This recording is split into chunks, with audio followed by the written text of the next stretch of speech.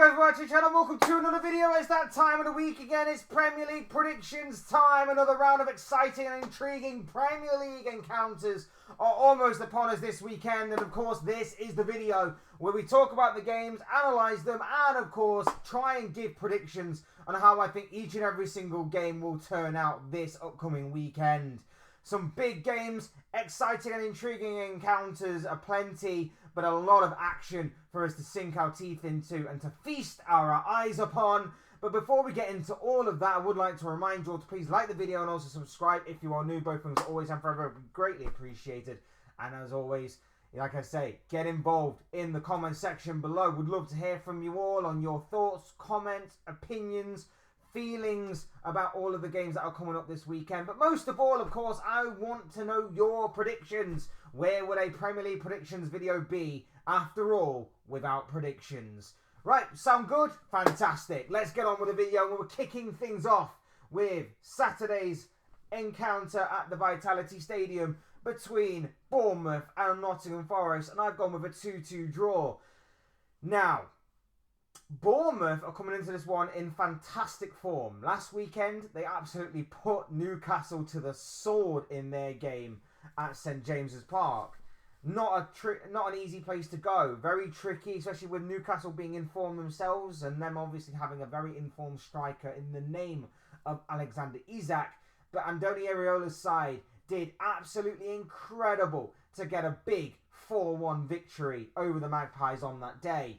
Nottingham Forest come into this game still high-flying, still in fantastic form. A 3-2 victory over Southampton last week sees them go into this one in high spirits for a huge clash in this game. I'm expecting goals galore. I'm anticipating plenty of goals, and I'm thinking 2-2 as a draw. I don't know which way around this game is going to go. I genuinely don't. I could see Bournemouth nicking it. I could see Forest nicking it. I don't think this is going to be close, but what I am anticipating is going to be one hell of a football game on our hands. That could go a little bit under the radar this weekend because of other encounters and other games. But you know what? A good footballing side against a footballing side that this season has been well disciplined, strong, and obviously scoring goals on the counter-attack, looking deadly on the counter-attack. This could be a fantastic game to watch this weekend, one that I'm particularly looking forward to. I can't really split them. If I had to go with one or the other, I'd probably go with Forest. They are probably the more, obviously they are the more consistent over the course of the season, but like I say, the recent run of Bournemouth should not be overlooked simply because they are facing a Nottingham Forest side who are currently second in the table. I'm intrigued with this one. I'm sticking with a draw, but this one could go any which way. Next, moving on to the Amex Stadium, where Brighton will play host to Everton, and I've gone with a 2-1 win in favour of the Seagulls. Now, of course, both teams coming into this game off the back of wins from last weekend. Brighton, of course, beating Manchester United by 3-1. Everton beating Tottenham by 3-2 in David Moyes' first victory since he returned to Goodison Park. The new manager bounce could certainly give Everton some life in this game. Of course it could. They definitely aren't out the realms of possibility of not getting something from this game. So a Everton point at the very least could be a strong possibility here. But I am going to go with Brighton to win. I think they'll create the better opportunities, and I think eventually they will take them. But I'm anticipating a very interesting game. Two very contrasting sides. Defensive setup from Everton, which I think will try and hit Brighton on the counter-attack, and a Brighton side who will try everything to break down what will be a solid and well-disciplined defensive structure that I'm sure will be put up by David Moyes in this game. 2-1 to Brighton, though, given the chances that I think will fall better to the Seagulls and the home side, and especially with them being at home as well, I'll give them the slight edge on this one. Next up, we have got a massive game at Anfield between Liverpool and Ipswich Town, and I have gone with a 3-1 victory in favour of Liverpool. I expect them to maintain their, at the very least, 6-point gap at the top of the table. Liverpool with a victory in this one and could really put some pressure on the likes of Nottingham Forest, who will be playing at the same time as them, and of course Arsenal, who will be playing later on later on Saturday night. This should be a Liverpool win written all over it, but of course this has the huge possibility and potential to be a banana skin. We know that Liverpool have slipped up once or twice this season on games like this, where we are expecting Liverpool to take full advantage, take the initiative, and obviously go full pelt. And of course, last weekend against Brentford, they left it late, but they got the win in the end. Liverpool need to be more clinical in front of goal, and this could be a very big opportunity for them to get a few goals under their belts and just start playing with a bit more confidence, especially in front of goal, where, like I say, they've been playing really well, but they just have not been finishing teams off. Ipswich, it's not a foregone conclusion that Ipswich won't get anything out of this game. Of course, like I said, this could be a banana skin for them, but at the same time, you would strongly suspect that Liverpool will get the job done. I say that Ipswich will score because Liverpool concede stupid goals, and I kind of think that may happen in this game because, you know, Liverpool concede stupid goals. But at the same time, I'm expecting Liverpool to get the 3 points nonetheless. So 3-1 to Liverpool is what I am going with here, particularly when you consider the form of the likes of Luis Diaz, Cody Gakpo, Mohamed Salah, and I'm hopefully, fingers crossed, expecting Harvey Elliott to maybe get some minutes as well. Maybe even Federico Chiesa as well. A couple of fringe players maybe to get a few extra minutes under their belts as well in this one. Next, we're off to St Mary's, where Southampton will take on Newcastle, and a Newcastle side that we're looking to bounce back from a poor defeat last weekend at the hands of Bournemouth. I've gone with a 3-0 victory to the away side because I feel like this is one of the more foregone conclusions of this weekend, one of the more favourable games to predict, and I'm anticipating that Newcastle will bounce back from that defeat last weekend. For Southampton, the writing seems to be on the wall in terms of relegation. They seem a bit hopeless right now. They are conceding stupid goals. They're a threat in the attacking third, don't get me wrong. They are a threat, so at least maybe giving a bit of a run for their money of Newcastle may not be out the realms of possibility.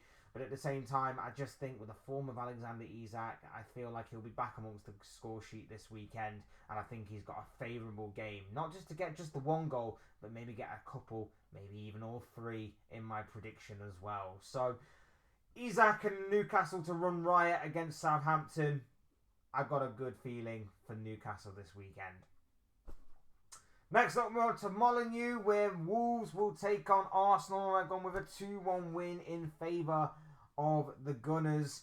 Now, again, this isn't a foregone conclusion because if Wolves turn up and they are defensively solid, they have the opportunity and the potential to really frustrate and annoy Arsenal in this kind of scenario. We know that Arsenal have been finding it difficult to break certain teams down or even take their chances when they are presented to them on a plate these past few weeks, which has seen them lose a little bit more ground on Liverpool at the top of the table.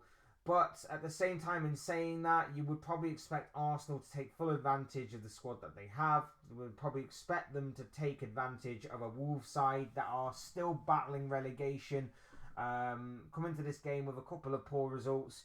And maybe, just maybe, if recent reports are to be believed, this is going to be the sort of dress rehearsal or sort of real test for Matheus Cunha of Wolves, who's been strongly linked with a move to Arsenal in recent days and weeks. So how ironic would that be if Arsenal, or seemingly one of Arsenal's top targets, actually manages to put another nail in the Arsenal coffin as far as their title charge goes.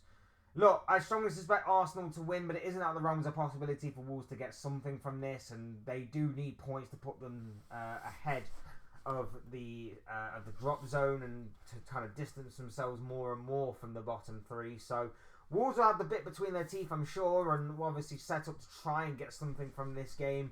They have the opportunity to frustrate Arsenal, but I think Arsenal will create an abundance of chances that they will eventually take. I'm going 2-1 to Arsenal, but it could be more, in my personal opinion. Next up, Crystal Palace against Brentford in the first of the Sunday games that we're going to be talking about, and I've gone with a 1-1 draw between these two. Bit of a London derby, this, in all honesty, isn't it? Palace, Brentford, two sides that have been kind of inconsistent this season. Brentford almost held on for a point last weekend against Liverpool. If it wasn't for a late Darwin Núñez brace, of course. Palace, somewhat hit and miss. But I don't know. It seems like Jean-Philippe Mateta is getting his groove back that we've seen from last season. He seems to be in decent goal-scoring form. So I'm anticipating an interesting game here. It's going to be a very interesting game. Two sides that play some decent football at times, can be difficult to beat. A thorn in the side of the teams that are around them. Yeah, I think this one could be an actual decent game, you know. Not one to be completely overlooked, but probably not going to take many of the headlines considering other big games that are happening around them and at the same time for your Sunday and even Saturday night viewing. I've gone 1-1. I've caught it down the middle. I can't really separate the two teams. If I had to go with one or the other, I'd probably go more towards Palace, in all honesty, being the home side. Selhurst Park, we know, can be quite hostile when they want to be. Like I say, with the form of Mateta right now, it seems like they have a very, very strong threat in the attacking third to Palace. So I probably lean more towards Palace, in all honesty, but I'm going to call it down the middle. I think Brentford can maybe take something from this. They are well disciplined defensively. And of course, up front, they could hit you with that 1-2 knockout of Mbeumo and Visser. If Visser is actually going to play, of course, because he's actually been under transfer speculation surrounding a move potentially to Nottingham Forest. So, depends where his head is at, but it could be a very interesting game nonetheless. Moving on to Tottenham against Leicester, and I've gone with a 2-0 win to Tottenham. Now then, I've gone 2-0 to Tottenham. Tottenham don't really get clean sheets. We know that. We know that they are pretty poor when it comes to getting clean sheets. I'm going with a bit of a throw out for this one, I'll admit. But I think Leicester are just really poor right now. I don't think Leicester are great. I don't think Leicester are that good. They are in an extremely bad run of form. I think it's like 6 or 7 games of losses on the bounce. Fans are seemingly already starting to lose patience with their new manager, Ruud van Nistelrooy. If there's ever a game in which Leicester want to turn around their fortunes, if there's ever a game in which Leicester are in desperate need of a victory, it's this one.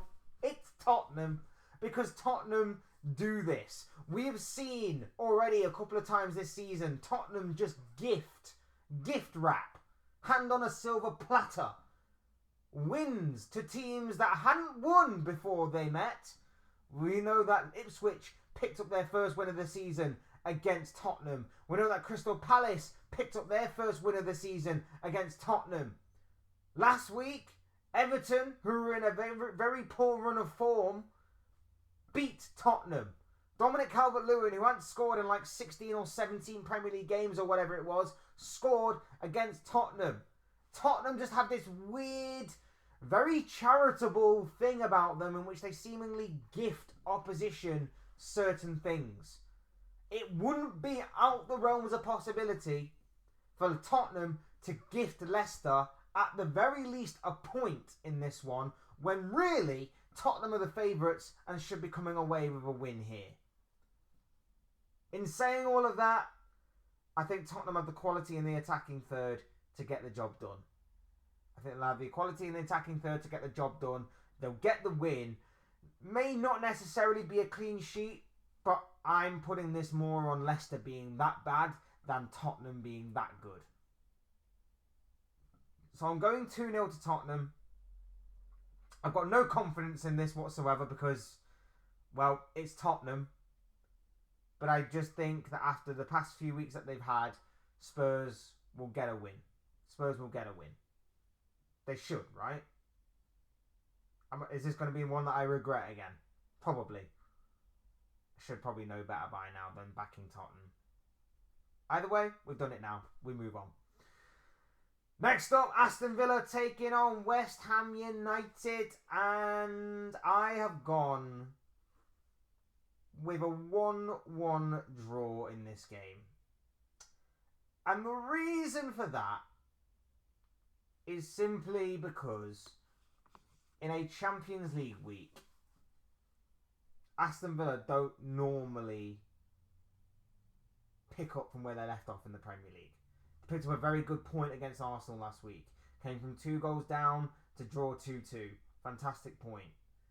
They then go away to Monaco in midweek. They lose that game in the Champions League. I think the extra 90 minutes or so in the legs of those players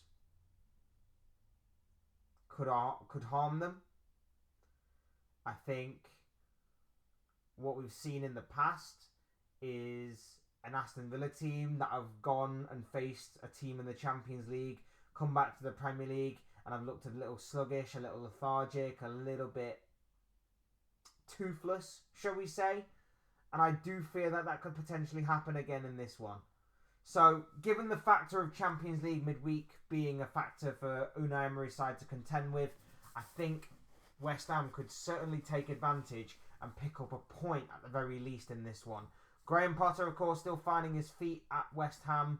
I think this will be a good point for him to take away from home against an Aston Villa side that may be a little bit, like I say, toothless, lackluster, given the fact that they were involved in Champions League action in midweek.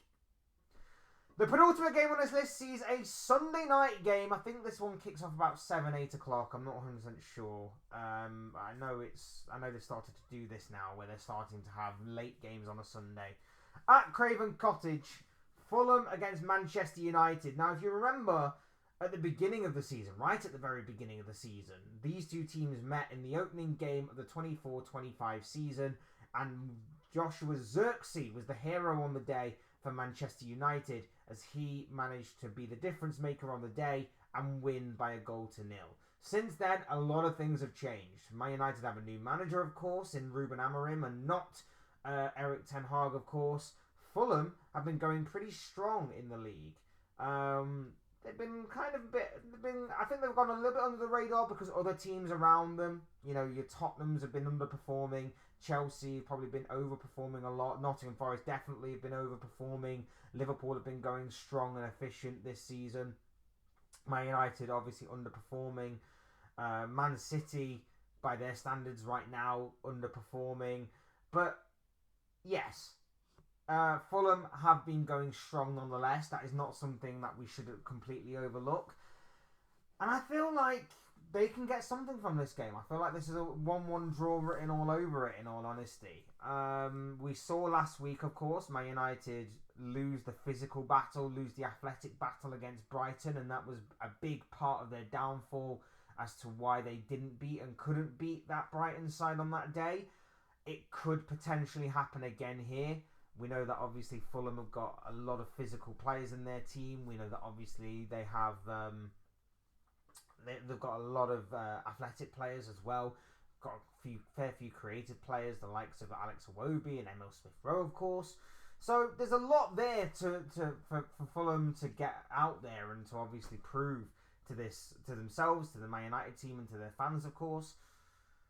United still finding their feet under Ruben Amorim. He's still testing certain things. He's still obviously trying to make do with the squad that he has. If I was Fulham, though, my plan would be simple. Counter-attack down the wings, and from set pieces, put as much pressure on the goalkeeper as possible, because that goalkeeper is a liability. So if you put as much pressure on him from set pieces, maybe even have a few long shots from time to time as well. Don't be afraid to shoot from distance. Put as much pressure on that goalkeeper as possible. You're probably going to end up taking something. I could see Fulham winning this game, in all honesty, but I am going to call it down the middle. I'm going to go fair. I'm going to say that United probably get something from this game at the very least. But I don't think it'll be enough for them. I don't think it will be enough for them that they will obviously want. They'll want more from this, but going away from home to Craven Cottage is no easy task, to say the least. But at the same time, still think they'll probably get something from this game. And finally, what I believe to be the biggest game of this round of fixtures, the main event of this upcoming weekend's round of Premier League action. We've got Manchester City taking on Chelsea at the Etihad Stadium, and I've gone with a 2-2 draw. Earlier on in the season, these two teams met on the opening day of their campaigns, and Manchester City won by 2-0. Chelsea weren't exactly bad on that day, but of course it was the first game under Enzo Maresca, and a lot has happened since then. Chelsea have since gone on to have a very good season, probably better than what a lot of people, including myself, had actually given them credit for, and they are performing pretty well.